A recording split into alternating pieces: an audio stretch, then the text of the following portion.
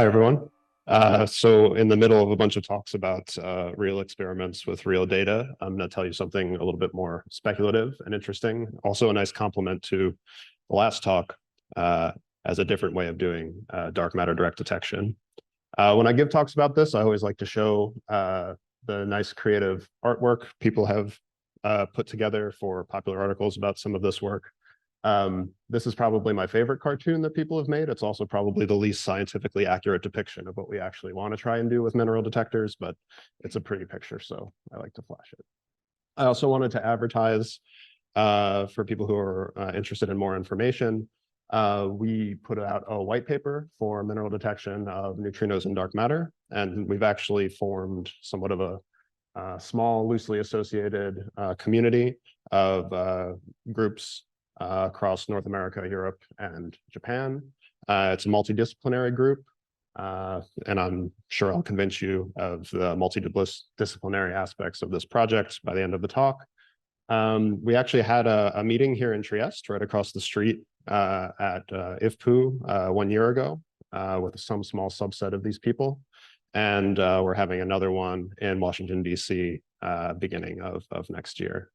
And so what the white paper is about and what I really want to try and convince you in this talk is I'm not an experimentalist, but I've worked a lot on the scientific potential for mineral detectors. And so I'll talk a little bit about the experimental challenges of realizing that potential, but I hope to convince you that the benefits that you can gain are worth some of the R&D effort that would go into make it a real experiment.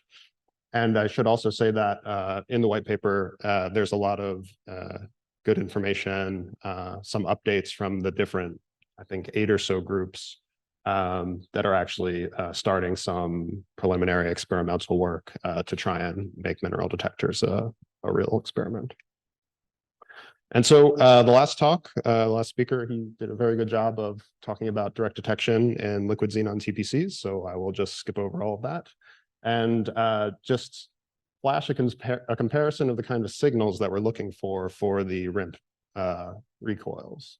So instead of looking for scintillation light or ionization signatures from WIMPs in a TPC that has some large instrumented volume of liquid noble gas, we just have a mineral that's in a rock sitting in the ground.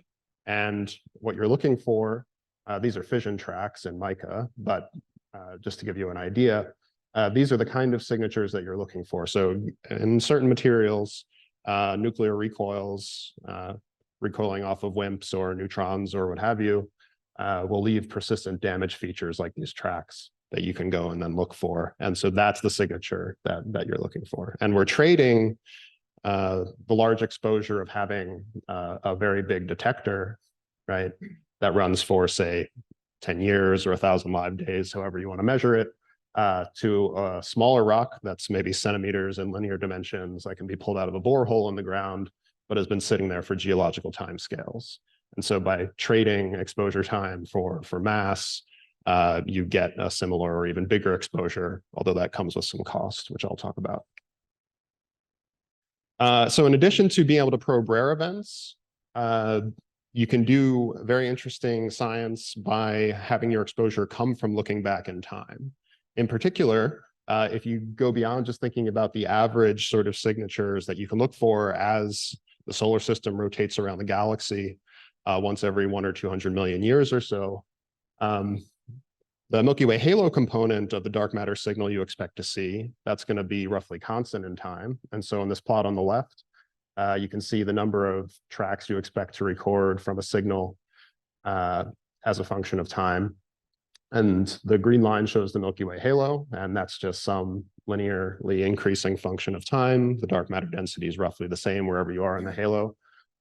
That is, of course, unless you run into something like a substructure somewhere in the galaxy, right? So, for instance, if you hit a subhalo, that will give you some contribution that gives you nothing for some period of time, and then just some big kind of delta function spike.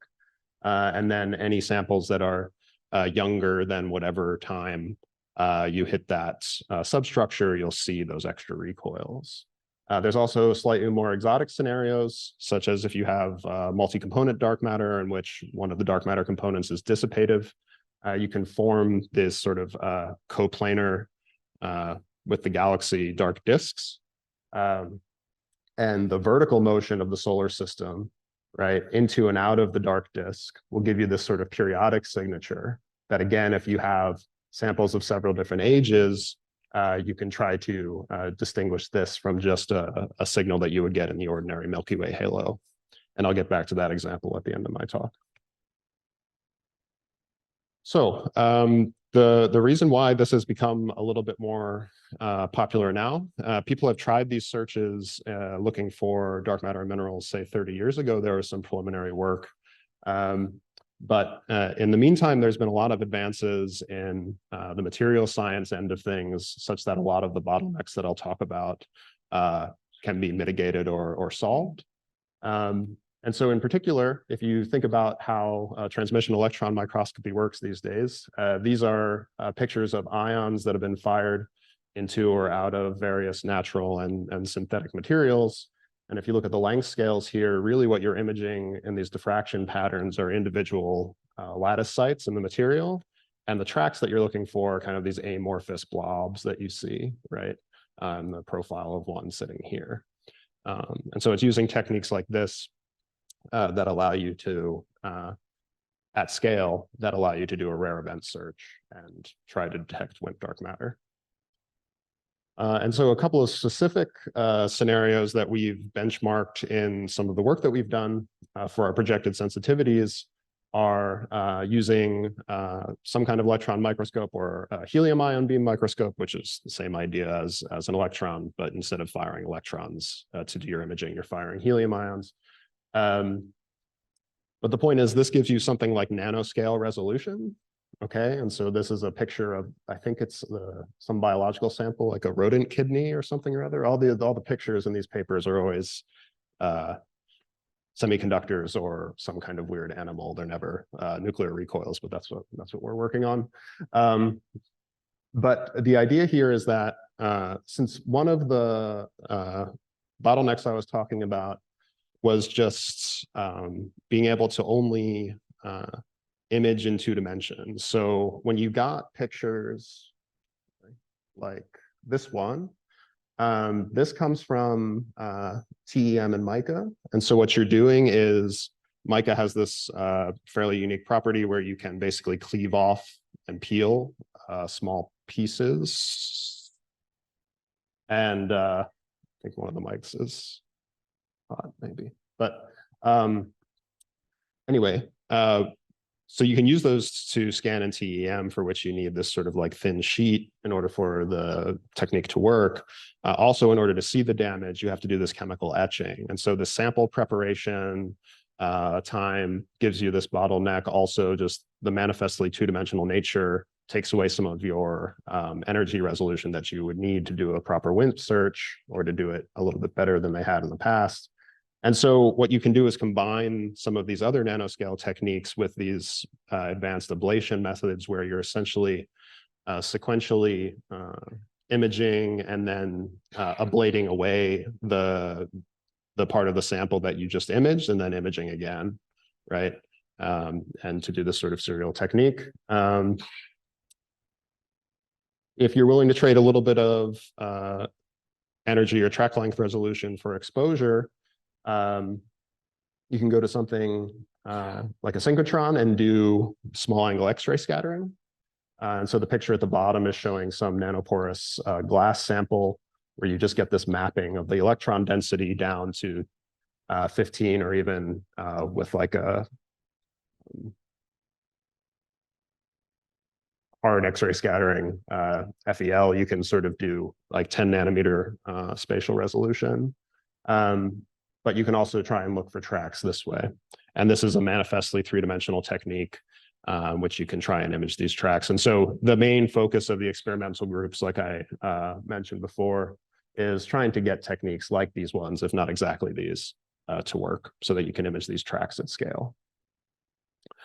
And so the way the track formation mechanism works, right, there's a few different ways to describe it, but one of the most straightforward ones is just you have your recoiling nucleus flying through some regularly ordered crystalline lattice.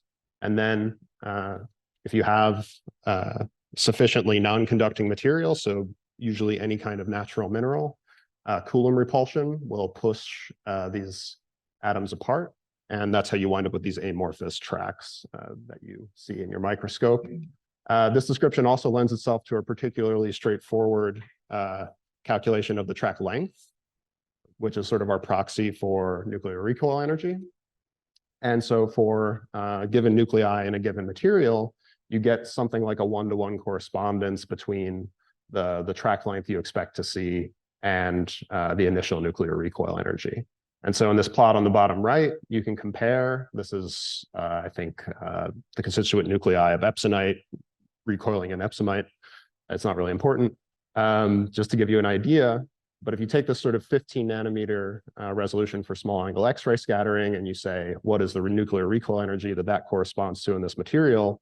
It's something like a few keV nuclear recoil energy threshold, which is sort of what current and future liquid noble xenon experiments are aiming for. If you have nanoscale resolution, at least if you trust this calculation, it goes to sort of the sub 100 EV range. I wouldn't trust that calculation for a variety of hard physical floors at around 100 EV, which is also where the solid state bolometers, these sort of next generation experiments looking for low mass WIMPs will sit. However, I should say one thing that I won't talk about today, groups that are in particular looking for reactor neutrinos or solar neutrinos, they have to live down here in this space. And there there's a lot of work going on looking for color centers, which is this quantum mechanical effect where if you have single site vacancies caused by these low energy recoils in certain materials, the anionic vacancy will essentially absorb light in a translucent material, and you'll be able to detect that in a volumetric way in order to determine how much damage has been done from these low energy nuclear recoils. If you're more interested in that, I would suggest looking at the white paper and specifically at the Paleocene effort. So just like with any other direct detection experiment, you have to start thinking about the backgrounds, and the first thing that you should look for is cosmogenics. One thing that's different for mineral detectors is that because of the characteristic size of the samples that you're looking for, you don't have to have it in a tunnel or a lab or something under a mountain. You can pull your samples out of boreholes buried in the ground. A picture of a few halite samples sort of here, which is one of the materials we've analyzed. But to give you an idea, in the units we sort of care about, we show the cosmogenic neutron flux as a function of depth. And once you get down to around 5 or 6 kilometers, of which there are many boreholes that are dug that deep, you have something like less than 100 cosmogenic events. And this is where it's also important to emphasize another difference between mineral detectors and conventional direct detection experiments. Like it was demonstrated well in the last talk, in a conventional direct detection experiment, you're trying to create a virtually background-free signal region where your discovery, at your discovery threshold, you expect to see a handful of signal events. Mineral detectors are not like that. In particular, because of the radiogenic backgrounds, which I'll talk about on the next slide, which you don't have as easy of a time rejecting as in a conventional experiment, you're going to have something like 1,000, tens of thousands of radiogenic background events and a similar amount of signal at threshold. And so if you just have a few hundred radio or cosmogenic background events on top of that, it doesn't really make a difference in your analysis. That being said, you need to find the most radio pure materials that you can possibly find. And so if you just pull a rock out of the crust of the Earth, it's going to have something like parts per million by weight uranium-238 concentration. And so then if you go and talk to geologists and you ask them, how can we find something more radio pure? You have to find rocks that form in environments that aren't the crust of the Earth. So in particular, a couple of examples that we've thought about are marine evaporites, which form on the surface. They're just evaporated seawater and then get buried over geological timescales. Or ultra basic rocks, which come from the mantle. So the prototypical thing is like a diamond, or more commonly sort of olivine, and are uplifted to borehole depths over geological timescales. And these can have the kind of sub parts per billion uranium-238 concentrations that you need to have an effective WIMP search. And so the first radiogenic backgrounds that you'll see that give you tracks that look something like WIMPs are just coming from things like the full uranium-238 decay chain. So in the last talk, there was a little bit about the end of this decay chain. But if you have a rock that's 100 million or 1 billion years old, typically what you'll see is actually this full chain. And that's actually very helpful in terms of background rejection, because unlike a WIMP scatter, if you have this chain of nuclear recoils from all these heavy nuclei coming out of these two-body decays, you're going to have a bunch of these things interconnected together. And even though there's a lot of them, you can actually, and it was shown in the preliminary work in the 90s, that you can reject these sort of full uranium-238 backgrounds almost with 100% efficiency. I mean, it's just the amount of damage you do to the crystal is so large that getting rid of these is not so difficult, even with the microscopy techniques they had at the time. The harder thing is that if you look at the half-lives for the initial decay and the second one, that factor of about 10,000 is the probability, or 1 over the probability of having an event that only has a single alpha decay. And this creates a problem, right? Because now you don't have this clustering, this large amount of damage to look for that distinguishes it from a WIMP recoil. And that said, it is a monoenergetic signal, right? Because these are all two-body decays. And so if you have sufficiently good energy resolution, you can basically just try and filter these out in the track length spectrum, which is what your observable will ultimately be.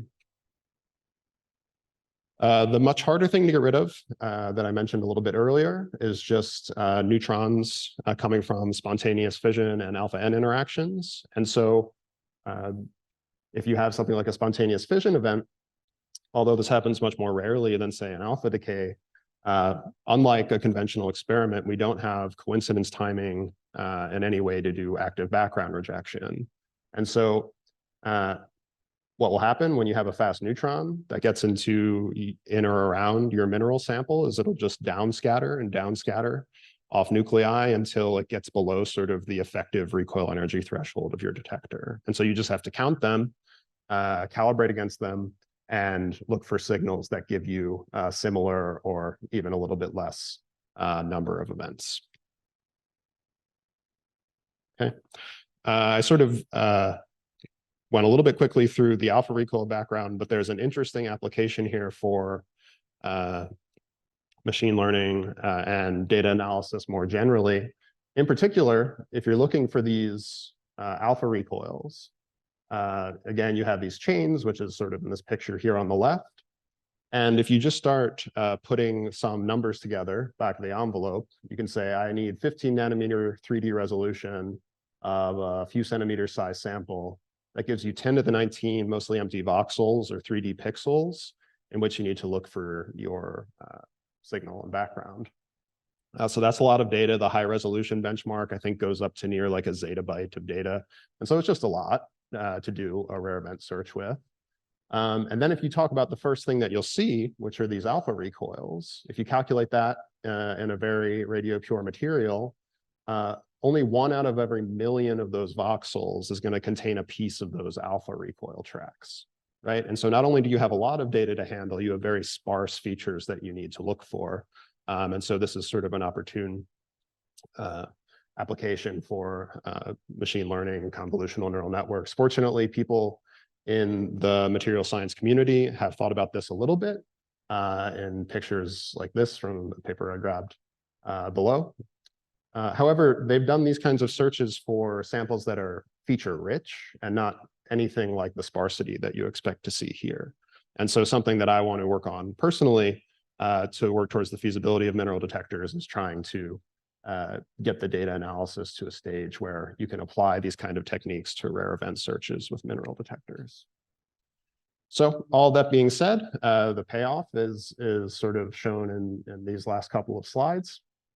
If you can solve those problems adequately, you wind up with something like a track length spectrum, which is pictured here on the left. So instead of a recoil energy spectrum, This is the number of tracks you expect to see as a function of track length. The blue line shows a low mass WIMP benchmark, which peaks at about 10 nanometers. Red shows higher mass WIMP, 500 GeV, which peaks at a couple hundred nanometers. And all the other lines are your backgrounds.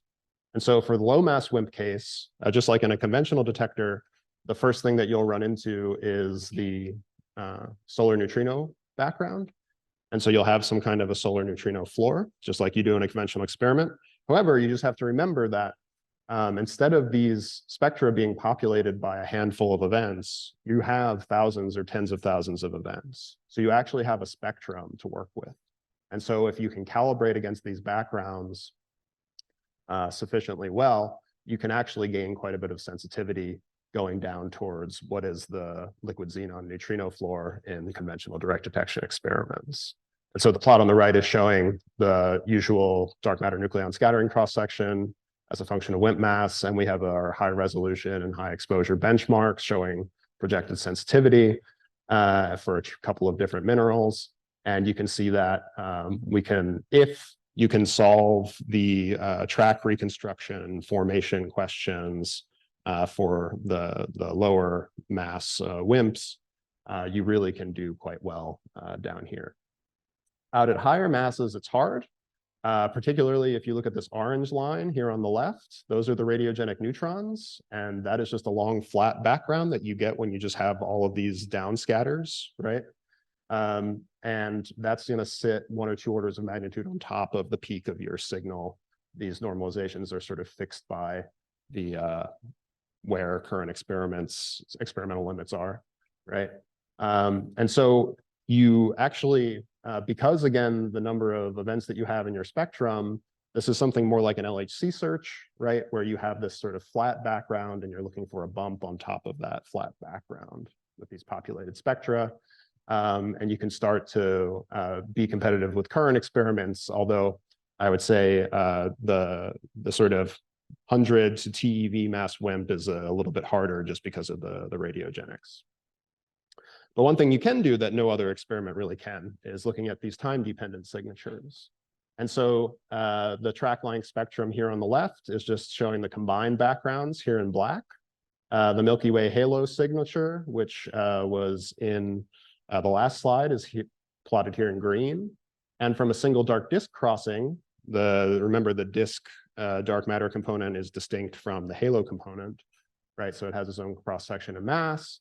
It's sitting right here in this purple line.